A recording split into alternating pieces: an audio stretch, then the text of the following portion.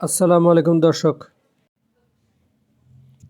আগামী বছরের 2025 সালে হজযাত্রী নিবন্ধনের সময় ফের বাড়ানো হয়েছে। নতুন সময় অনুযায়ী আগামী 26শে ডিসেম্বর পর্যন্ত হজ নিবন্ধন করতে পারবেন হজে যেতে ইচ্ছুকরা। 17 ডিসেম্বর মঙ্গলবার ধর্ম মন্ত্রণালয়ের উপসচিব মামুন আল ফারুক গণমাধ্যমকে এ তথ্য নিশ্চিত করেন। সময় বাড়ানোর বিজ্ঞপ্তিতে বলা হয়, 2025 সালে হজে গমনেচ্ছু ব্যক্তি, হজ এজেন্সি এবং হজ কার্যক্রমে সম্পৃক্ত ব্যাংকসহ সংশ্লিষ্ট সবার অবগতির জন্য জানানো যাচ্ছে যে সরকারি ও বেসরকারি উভয় মাধ্যমে হজযাত্রীদের নিবন্ধনের সময় আগামী 26শে ডিসেম্বর 2024 পর্যন্ত বৃদ্ধি করা হলো।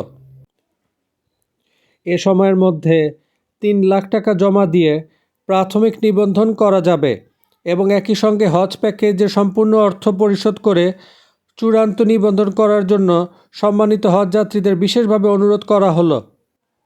হজ পোর্টালের তথ্য অনুযায়ী আসন্ন মৌসুমে 1,27,198 জনের জন্য কোটা বরাদ্দ ছিল, যার মধ্যে 17 ডিসেম্বর রাত 9টা পর্যন্ত হজ পোর্টালের বিশেষ তথ্য অনুযায়ী সরকারি বেসরকারি ব্যবস্থাপনা মিলে 74,408 জন হজযাত্রী প্রাথমিক নিবন্ধন করেছেন, যা কোটার 58%। অর্থাৎ কোটার 42% এখনও খালি রয়েছে।